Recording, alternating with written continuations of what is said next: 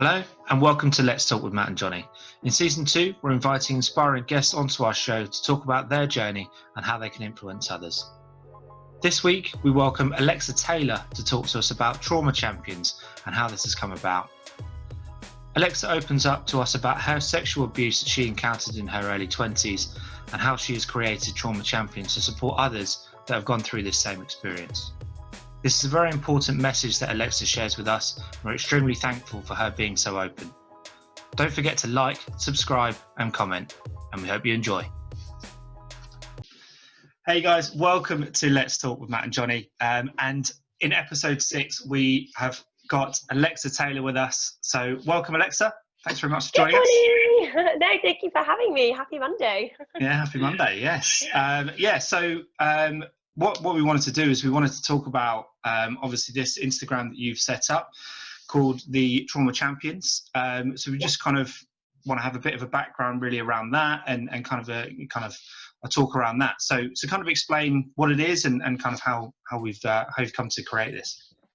Sure. So it's definitely a new sort of adventure for me, but it's one that I think I've wanted to do for a fair few years now. And it's been born out of a situation that I went through, sadly or not sadly, however you want to look at it. I was sexually assaulted when I was 21, and I went through like a very long process of going to court. I had a couple of trials, and after that it then obviously became a journey of trying to sort of like heal myself and work on myself and sort of get through that journey. Obviously with traumatic experiences comes a lot of like PTSD and things like that, and I think at the time I actually didn't really realise how bad my PTSD was, and that's actually something I've been learning whilst actually launching the Trauma Champions. So I had like a fairly rocky few years, and then I started to look into empowerment as a way of sort of being able to rebuild myself, and it kind of happened by chance because I was actually doing a Miss Universe Great Britain beauty pageant, and it's one of the things that you do over like your 3 days, and it wasn't until I was doing that I was like, oh my God, like I didn't realize how much I was letting my situation like hold me back. And when you go through certain situations, especially when unfortunately I think sexual assault and rape crimes are one of the worst for making you feel like you're the person that did something wrong, it's your fault, you asked for it and all that kind of stuff. And I didn't realize how much I had taken that on, and it just affected me like so much. And then I was doing this day and I was like, holy crap, like, no, like none of this has to hold me back. Like, why have I not known about this? Like, why have I still felt all these things, even though everyone tells you it's not your fault and you try and not think it, but I just didn't realize that I was still doing it. But from doing that day, it literally was like game changing. I was then like a new person. And even when I then went on to do like the show and stuff, like my family and friends were like, oh my God, like we've not seen you like this in years. And I was like, I know, this is great. And so much so that then I was like, this is just, every survivor needs this. I was like, this is just so important, I think, to be able to just learn how to then move on from stuff. As much as like I'd done counselling and therapy and stuff like that, it just didn't have the same feeling that doing empowerment stuff was. So I went back to my old support network, which was Rape Crisis, and I said to them, I was like, can I do these empowerment days? I was like, because like this is what we all need. And they were instantly like, no. Which is fair enough. Like when I think of where I was at when I was going home for support, I probably wouldn't do an empowerment day, but I just felt like there needed to be a way for people to know that this is available. And at the time, like the more I looked into it, there really wasn't actually that much. And I then tried to sort of launch, but then it was too soon. And then recently I was then like, no, now's the time. And like, here we are now. The Trauma Champions was born. So it's kind of the background of what it is and how it came about, really. Wow. Tell me, what was the reason behind the name Trauma Champions? I love that you asked that. It's probably one of my favorite bits. I think definitely for myself, but a lot of people, like, saying that you've been sexually assaulted or raped is very, very hard. And that was one of the things, like, in terms of when I used to go to my counselling, like, I'd be like, oh yeah, I'm going to Rape Crisis. Like, it makes you feel even more like, oh my God, like, this is just disgustingly real.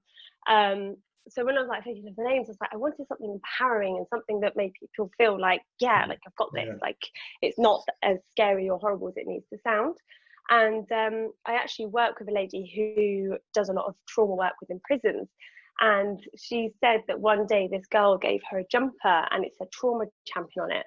And this was before I'd even started trauma champion. Literally, when I heard that phrase, I got like goosebumps. I was like, oh my God, I'm a trauma champion. Like, yes, like I've been through something really freaking traumatic, but actually I've got past it. I've got through life. So like, I'm a champion of it. And I just, hearing it made me feel so empowered that I was then like, that's what it's got to be. And I guess in some sense as well, then it's not that the empowerment side of it just needs to be related to those situations. Like loads of people can take from that.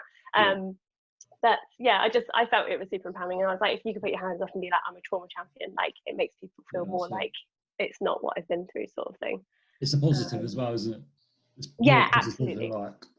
And also, like, obviously, it must have taken a while for you to like, because social media, as you know, is massive, and also getting your story out there must have taken some confidence to do that, right? Oh yeah, totally. Like, particularly like SD, I don't know if I can spell, I was literally like shitting myself for weeks. And I think it was almost, so I've been getting support from Princess Trust to get this launched and up and running. And I think before that, I knew I wanted to do it, but it was almost like having their support as well made it more like I had a reason to actually go for it and get it out there, because it was more of a purpose. So that was helpful. Oh, that's fantastic. Fair play to you. You know, it takes a lot, especially to get the word out there as well. So fair play to you. That's awesome. Thank you. Yeah, I mean, you know, it's. I think there's. Well, actually, Sanjay has got a podcast coming out soon. I think we can say that with my friend Helen that we had on a podcast on here.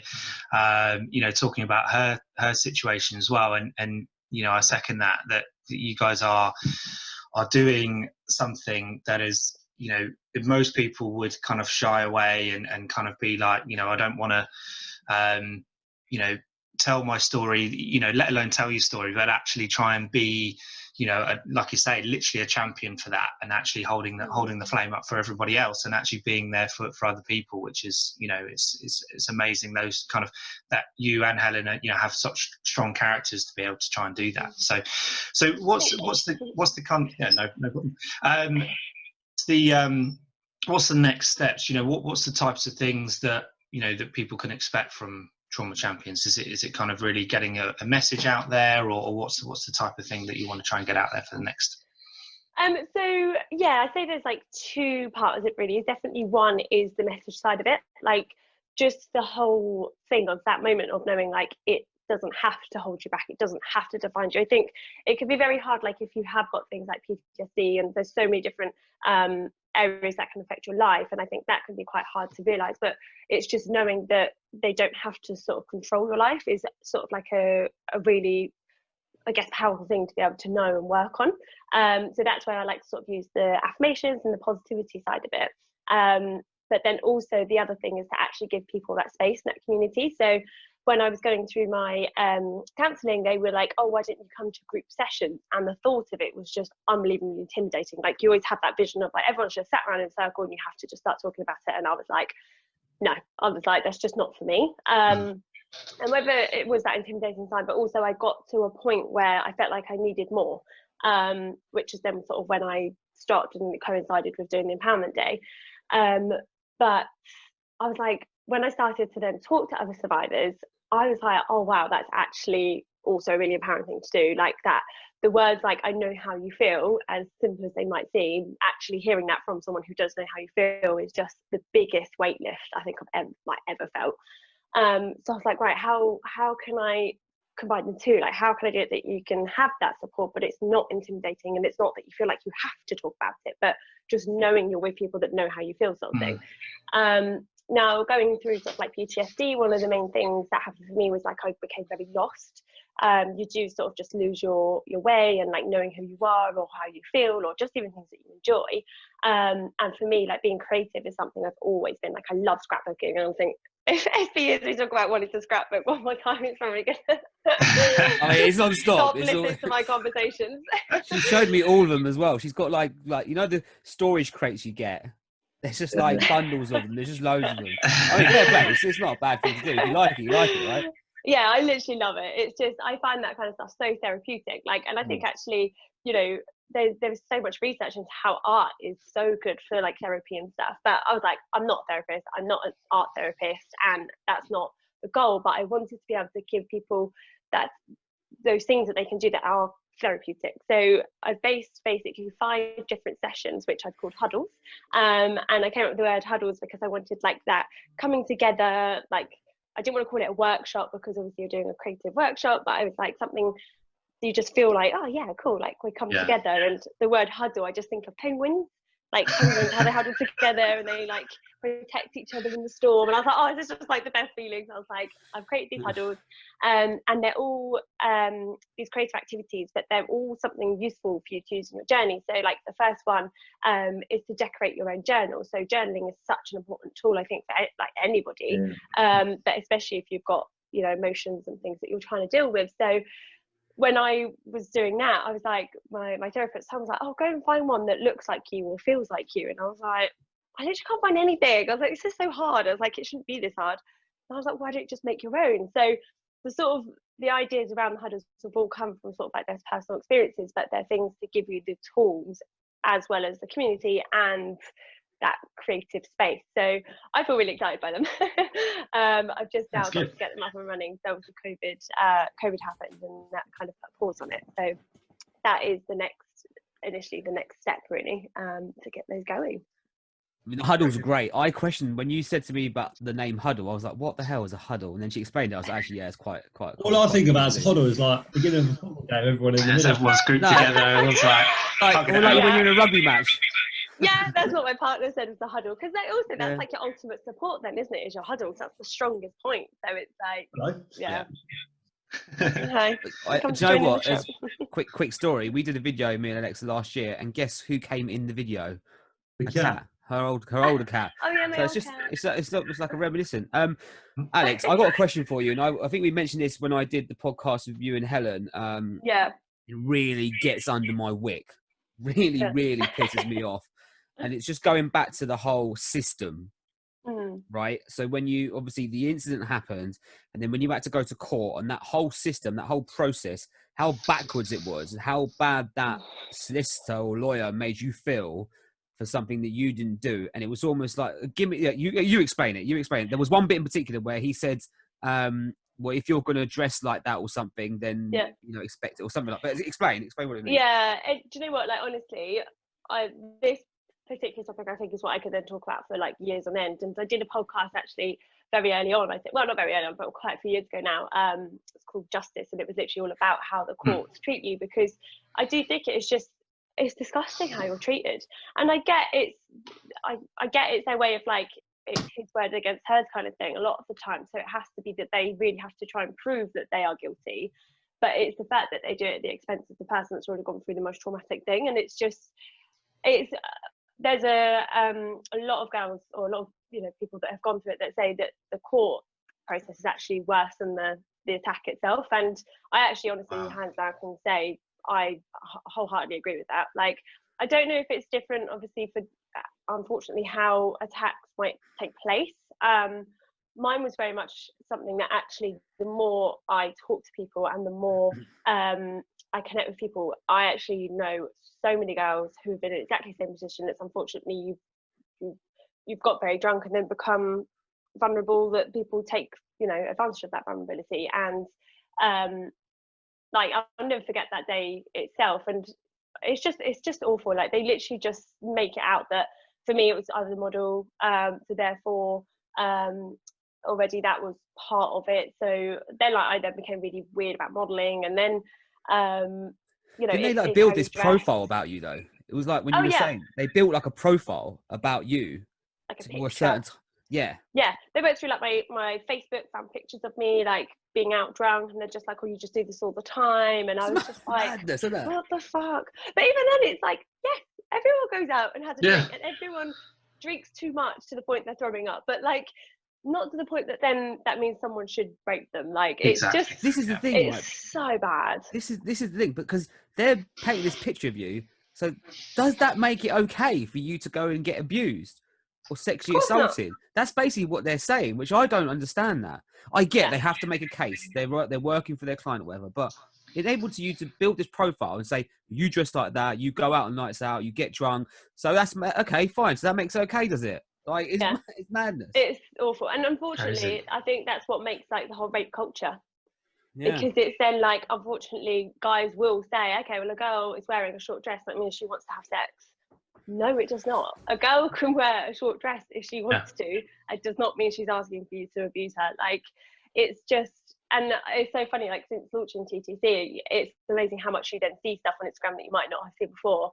And I get into quite frequent, you know, exchanges of chats that I'm just like, you've got to like sort your shit out, because social media, so many guys are awful. Social media is a pain in the arse, isn't it? Yeah, I love it and hate it in equal I do measure. love it, but geez. Yeah, it's so bad. It's so bad. And like, well, I think one of the amazing things that has come out of like launching the Trauma Champions is how many people have actually felt like they can open up and can talk. And the thing that just makes me, I guess, feel sad about it is how many girls have been in the exact same position and they felt they could never do anything about it. And that is because of court cases and how other girls' experiences of going through that court case has then led to even more pain and damage, that it's like, well, I've got to deal with that in one hand, so why would I now add that and then create an even bigger, you know, thing to try and get over. One person actually asked me, they were like, what made you feel like you could do it? And I was like, wow, like I've never thought of that. I guess at the time I was just like, for me it was the right thing to do. I was like, no, like, you absolute, see you next Tuesday, I'm not gonna let you get away with this kind of thing. And then, like, you know, you hear some of the other girls and they've done the exact same thing. They're just like, no, like, I knew it would just be my word against his, or there wouldn't be enough evidence. And it's just, there are so many girls that just don't ever get to tell their story. And I think that is where social media becomes so important, because it does provide a platform for people to at least be able to connect with others or talk to others. And that's just, I think, massive in itself at the minute, like, you know, the Me Too movement and everything like that. So yeah, I was actually going to mention that. Well, two things is that, you know, with the Me Too movement, you know, do you feel that that's got enough traction? Obviously, it's caused a big thing out in America, especially in Hollywood and that type of area. But do you feel that that's done enough, you know, to kind of change people's mind or kind of change the perspective? I'd say yes and no. I think for the people that have been through it, it's almost like having that gives like a more of an easier opportunity to say it, because it's kind of like when I shared it, I was doing like these little letterboard things, and I put #MeToo, and instantly people know, like, they know what you're about to say. So it's kind of like you don't have to find another way. It's almost like it makes it easier to say, oh, me too. So I think that in itself was just so powerful. But I think then almost what it's done is it's shown even more how big a problem this is, how many people are doing, you know, have been through the same thing, how many people are feeling the only way they can get their story out there is through social media. And I think that's like a real shame, because there are a lot of people who won't want to do social media, and it's got to take, you know, well, it hasn't got to take, but a lot of the time it's like one person sharing the story makes someone else feel like, oh yeah, like, you know, that is actually what happened to me too. And it's just, I find that really sad. And that's why I think a lot of it actually then it's about education. Like, education has got to change for guys. And I can understand, you know, or I see with, like, I think the younger the men are, like, that do it, the sort of, you know, there's sexual pressures, there's peer pressure, there's, you know, all these things. So sometimes I think it's not even about just consent. I think a lot of people know what's right and what's wrong, or, you know, you see in like movies or growing up, you think, oh, you know, rape is someone get dragged into a bush and stuff like that. But actually, the more cases you hear of it is people in my situation, or people that they know and they feel like they can't say no, but it's because they're with someone they might know, and it's stuff like that. And that's what I think really needs to be targeted, and that's what needs to be changed, is actually about pressure and peer pressure and what consent really means. It's not just that being dragged into a bush thing. So the word comes to mind is manipulative rape. Yeah, especially in relationships, right, and stuff like that. Yeah, like, it's abusive, isn't it? It's abusive. Someone. my God, yeah. And that's like that's a whole other thing. I think there's so many areas of it that's where it's going to be a big challenge to overcome, and actually for change to really happen. Because, well, like I was saying, like what I've seen on social media, what people's perceptions are and stuff, I just find it insane. Like, Jesus Christ, like, have you literally had no education? Yeah. The thing is, but a lot of the time they are. I think, to be fair, like, all guys are guilty of it, or guilty of making comments that we probably are uneducated about like women in general. Like, I think I've made some comments back in the past that I didn't even know what it means really, but I'm just saying it because I'm like in a group situation and it's just peer pressure because I'm so uneducated about it. It's only now that I'm starting to really be like, whoa, be careful what you say, Sanjay, because some of the things you're saying is not okay. It's not okay. And it's not part of the culture that I want to grow up in, especially when I have kids. I don't want them to be in that culture as well, or that mindset. So, but I think we're all kind of guilty of it. It's like Helen said last time, boys, we're all narcissistic in our own way, right? Yeah. We have been in some way, but you probably just don't realize it or know about it. It's just being able to show up and be like, actually be aware of what you're doing. So yeah, the big thing is like education. Like, I get that. I get it is super, super important. But what do you think, just from your perspective and you being in that scene, what do you think could be done more of when it comes to the education side of it? But how do you even educate someone about that? Do you know what? People have got to be real. Like, people have got to, I think that's where the change is happening. Like, people are now seeing how damaging those kind of comments are and how it's not acceptable, because that is what contributes to rape culture. Because the more you joke about it, the more it's like okay or normal to do it, and it's like, but it's not. And it's like I'm saying, that's where sort of like wires can get crossed on terms of like, well, you think that rape is dragging someone into a bush, whereas actually no, rape is taking advantage of someone who's actually not said yes. Like, that's the biggest thing. And I think that's where young guys is, I think, the main thing. When I think of that, is it's mainly young lads that need to sort of learn this. A lot is being done in schools now, and I think they are sort of targeting that 16-year age bracket of when it does start becoming about sex education. And it's kind of like sex education is what needs to change. Like, that's the areas. And I remember, I think when I was at school, it was in like what's it called, like PSHE. That's the one. I was going to say PHE, but it's because I'm thinking of COVID people. But no, yeah, PHSE. Like, I think that sort of stuff, the actual curriculum needs to change. There are a lot of organisations that I've now come across, but mainly America, I'd say, who are now trying to do that. Or there's organisations that are trying to get into school to have those conversations. But I do think, even just with a lot of stuff like even like what you guys are doing, it's a generational change. Like, I still think the generation above, and it makes you feel like a bit sad in some sense to think like, it was only until like 1990 that rape in marriages was still legal. So it's like, I still think there's a lot that's going to still drip feed down into generations. Oh my God, yeah. Hold on. So repeat that again. Say that again. Rape was legal in marriages. So if you're married, you were married, you could rape your wife, and no one would say anything. No. 1990, 30 years ago. Yeah, the year I was born. 1990. Yeah, I'm fairly certain it's 1990. But yeah, that is like. Wait, I was alive then. That was happening. I know. Yeah. What? So unfortunately. All right. Yeah, we were, Sanjay. Unfortunately, these guys. I'm Johnny Yang. We're in the young bracket. Mate, no. On a serious note, that's bonkers. Awful, I never knew that. And unfortunately, this is where it's like, it is going to take freaking years. Like, India, they use it as a punishment. Yeah, no, it's horrendous. It's horrendous in India. I was watching some documentary. I think it was Ross Kemp or someone went there, and there were like 13, 14-year-olds, and it was just the norm. It was disgusting. Yeah. It is so awful. And that's why I just think it is going to take a really, really long time. But I think that's where the Me Too movement, and that's where things on social media and doing podcasts and stuff like this, it kind of starts to normalise it in the way of that it's wrong. Whereas right now, it's been so normalised that it's okay to do that to a girl or, your wife, that it's then like people just don't really get it.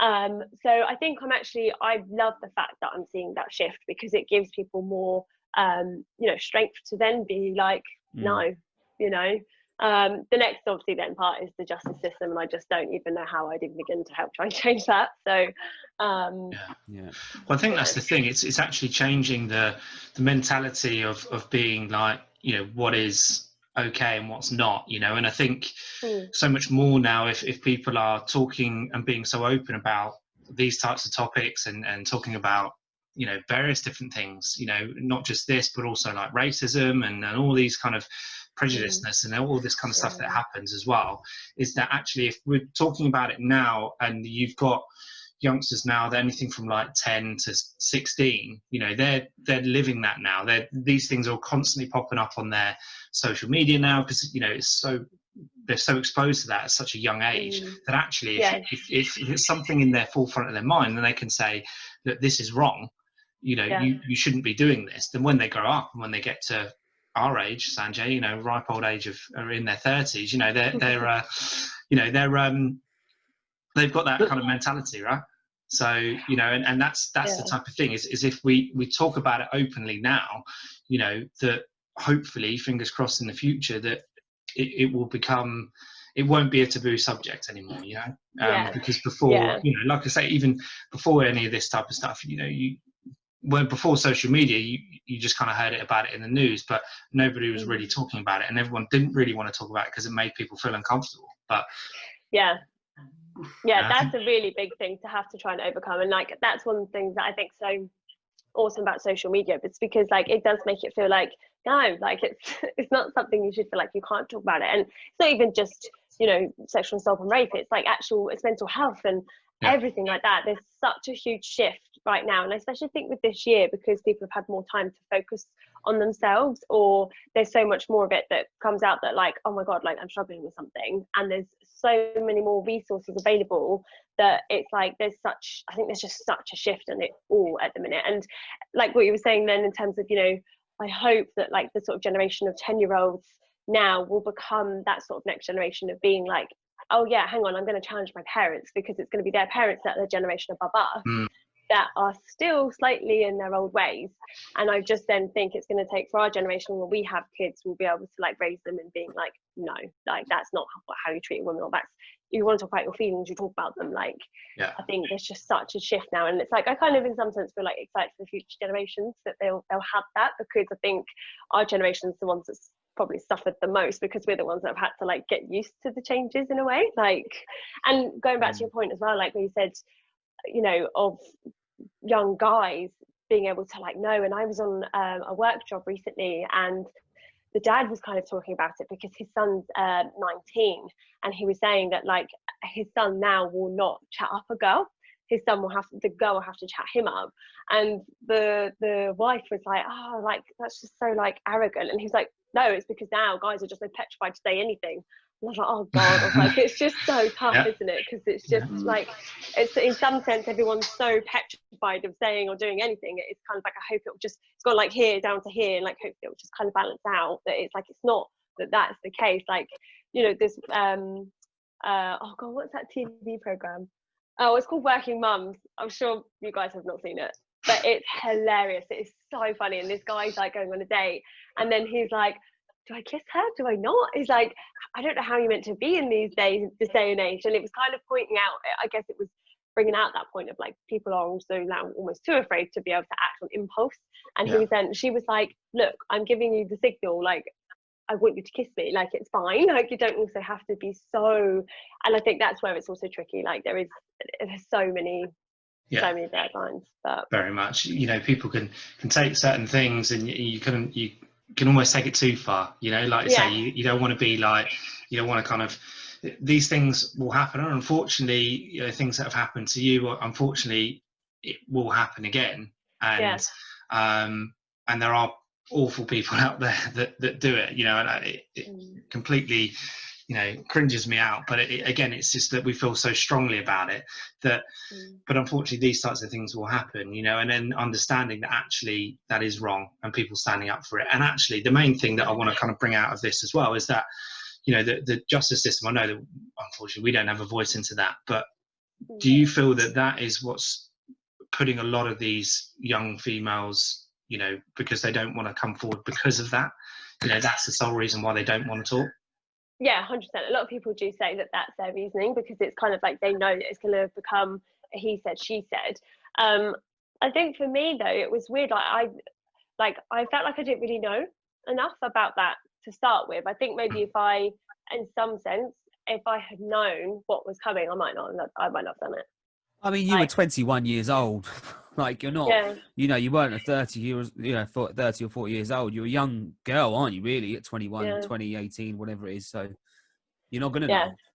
Yeah, and like that's the thing to then think, like, I think a lot of the age group when that particular situation happens is the younger you are, because guys think you was more vulnerable and immature or naive and things like that. So that then they think, oh well, she won't, she's whatever. And it's then having that, it's just, oh god, it really is just, it's so painful actually, like that's how girls feel, because then it's like, you could even go to I know this one girl that I've been chatting to, she even went to the police, wanted to report it, and they're like, oh, you don't have a strong enough case. And I'm like, what? Or just threw it out straight away. Yeah, so she didn't even get to go to court. So in some sense, I'm like, oh, freaking hell, I was so lucky to even get to go to court. So it's like, well, how do you even then deal with that? Like, you don't even have the opportunity to fight your case. And it's just, there's so many levels of it that it's just, if you actually look at the percentages and the figures of how many cases get taken to court, it's like 2,000 a year. Out of how many girls that it happens to. I can't remember the exact stats. It was like 18 to 19 was the last stats. But it was like 2,000 got prosecuted, and it's like 9% of that actually get convicted. Oh, wow. So it's like, why bother? Like, and that's the stuff that people will see. I don't think I did ever see that stuff, but I think it's quite hard for girls to have to think that way to not go to court. Whereas like I didn't think that way to then not go. It was just more, I was like, no, like what the hell, like that's not right. And then I speak to girls who are like, oh, exactly the same thing happened to me, but I didn't really realise it wasn't right. Like, what? That's the source of it. That's what needs to change, right? It's not that these girls aren't talking up or talking to yourself and kind of being that community of saying, look, this has happened to me and it's awful and everything else. It's actually just getting that sorted. If that side of things gets sorted at the top, then they won't do it. If they knew that they could get away with it, it's a bit like spinning it around and just going, look, if I could go and rob somebody down the road and nothing's going to happen, then it's like everybody would be doing it. It's that kind of stupidity. That's how I take it. It's just thinking, look, if you could just get away with it, then unfortunately people will do it, and that's where it needs to kind of stop there. But I've just got one more bit. I've got a little burner, so I love a burner. I've got it from Sanjay. Look at that bottle, Sanjay. Where's that from, mate? So one of my ex-clients I trained about 3 years ago, she went through a similar experience as yourself. And so my reason behind becoming her PT, in effect, wasn't just because she wanted the abs, she wanted the glutes, was because of her body confidence. Okay. So after what you experienced, after all the court and stuff, how have you dealt in terms with your body confidence? How have you, is it affected you, or have you been working on that? Sort of, how have you overcome that? Yeah, definitely, because you do, like, especially sort of, if I think back to like details, and I don't know how many details you guys will know, but like I have real issues with then ever sort of like being naked, or like how just wearing underwear and stuff, because it's like instantly I'm like, oh god, any guy looks at me, they're gonna want to do that too. And sort of having to try and get comfortable in your own skin again is a really, really difficult thing. I actually did a post, it's one of my recent posts on the Trauma Champions, literally about that, and it's kind of like trying to stop focusing on what's happened to your body, but the amazing things about your body. And one for me, it sounds like maybe a bit weird, but it's goosebumps. Like, when you understand what goosebumps are for, like it's your skin protecting you, and like your body is so much more than just that situation. Like, it's a really powerful tool, and it like protects you and stuff like that. And in terms of like exercise and stuff, that I think is a massive part, like doing stuff that makes you feel good, because you get the happy endorphins from exercise. You get that sort of like, if you can feel good in your skin, it will help you to like love your body again. that's where the kind of self-care thing comes into it, of like you have to try and love yourself again, and obviously that does then include your body, but yeah, it's great that she obviously came to you for that, because that can be a really hard process, because it's then like for me it was like the more and that's where like the modeling was a real struggle. And it's so funny, if I look back at images now that I did that were like lingerie shots, I'm like, I just look at my eyes and you can see the pain in them, like of being in this like situation, and it was quite uncomfortable, and I think I was doing it almost as a way to say to myself I was okay. Do you know what, it's really weird you say, actually it's not weird, it's so right what you said about your eyes. So when I first met my client, I said, what do you see? I always do this for everyone. What do you see when you look in the mirror? And she said, that's so hard. Pain. She just said pain. Yeah. My eyes just scream pain. That's mad. She hated it. And to this day, well, I'm not training her now, but now she's like had this thing about being accepted when she was going out on a night out with the girls, going out as in like out for drinks, going to family dues, you know, like going to bed. Going to bed with her partner, what's her partner going to think of her? It wasn't just about exercise, it was about what was going on here. Yeah, and that's where I think it's like, it's not even just a case of just doing a simple activity to make yourself feel better, because like that is probably my worst trait even still now, is worrying what everyone thinks about me. And it's only recently during the Trauma Champions I've started to see so much like trauma-based stuff, and that's a huge thing. Like actually it's because I went through a court process, or you know, every time I left the house, I'd be like, oh, there's a guy looking at me in the same way that guy did. And I get catcalled a lot. I get like a lot of stuff that then I instantly go into this thing of like, oh God, is it going to happen again? And that was something I really had to work on. That took me a fair few years to get over. Like I was afraid to walk down the street sort of thing. Whereas like now it's very much like I get social anxiety. That was a massive one. I didn't really realise I had that until recently.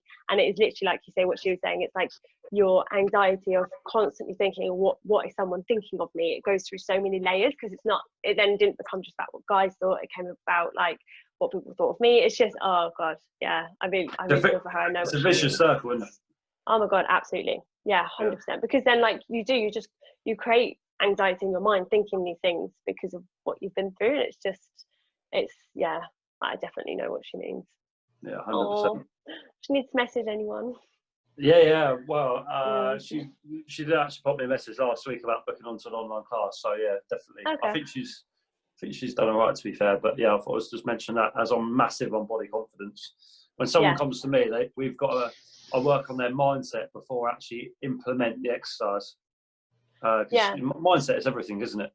Once you've got a strong mindset, you can do anything, but that takes time. It's not going to happen overnight. Yeah, especially if you're struggling with things like PTSD, it can be really hard to like see that vision of like it's okay, like to feel okay. It was almost like it was the opposite for me. It was like I needed to say to myself, I can be happy and I can have a happy life. Like it's 100%. You know, it's not what happens to you. If you're listening to this and you don't know what PTSD stands for, is it post-traumatic stress disorder? Yeah. Okay. Yeah. Hang on. Yeah. And there's so many amazing things like that now as well that I think actually we can be really well equipped to be able to move forward. It's it's tough. It's a tough old world. I'm going to finish, Alexa. I love quotes. Okay. And I found this quote on your Instagram. I'm going to finish it with it because it's unbelievable. Anyway, a pessimist sees the difficulty in every opportunity. An optimist sees the opportunity in every difficulty. Bam! That is what we're saying. That's it. Love that. Yeah, thank you. That's good. Yeah, I love that. That was good. Yeah, really, really good. And Alexa, thank you so much for taking your time and having a chat with us today. And yeah, we really appreciate it. It's like we're saying, you know, it's one of those things that unfortunately, you know, you've gone through it, but actually you're such a strong-minded person that you've actually come out and actually talking about this. So thank you very much for spending your time with us today and going through it. And if anybody does know anybody that has gone through it, or if you've gone through it yourself, reach out to Alexa, to the Trauma Champions on Instagram. and just reach out, just drop a message or drop us a message and we can forward on your details to Alexa as well. And yeah, thank you so much for your time. And yeah, thank you so much. Thanks, guys. Thank you for having me. It's always nice to have these spaces as well to talk about it. And, you know, I know it can be really hard, especially when you try and start getting into the nitty gritty, but I think the main thing is just that you can be positive about it, and then you can get through it. Just quickly, before you go, just 30 seconds answer. Just an observation. You're having a conversation right now with 3 guys as well about this situation. Is that weird for you, or is that normal? You feel okay with it? Like, how do you feel? Do you know what? That is a really good question. I'd say yes and no, because all the conversations I've previously had have been with women, because it's like women have been through it. And you know what? I think the more people see guys normalizing how bad it is, or like, you know, trying to get away from the rape culture stuff, that's gonna be massive. Like, really massive, because I think, like you saying, putting your hands up, saying that actually, yeah, I've done stuff that was probably over the line, is a huge thing to be able to do, because that's the only way you're going to be able to fight it, is to accept what you've done wrong. So I think actually the more that we can do things like this, it will really help other people, other generations and stuff. So yeah, thank you for having me on. Pleasure, absolute pleasure. Cool. Right, thank you very much, guys. And thanks very much, guys. See ya. Cheers, guys. Take care. Bye. Thank you for listening, and thank you again to Alexa for being so open and honest about her experience and this important message. Yet again, Let's Talk has had another incredible guest onto the show talking about their journey. Alexa, it was a pleasure to have you on the show today, and we wish you all the best with Trauma Champions, and we hope this supports others that need that in the future. Each and every week, we'll be having more incredible guests onto our show, so please stay tuned. Please don't forget to like, subscribe, and comment, and we'll see you next week. Take care.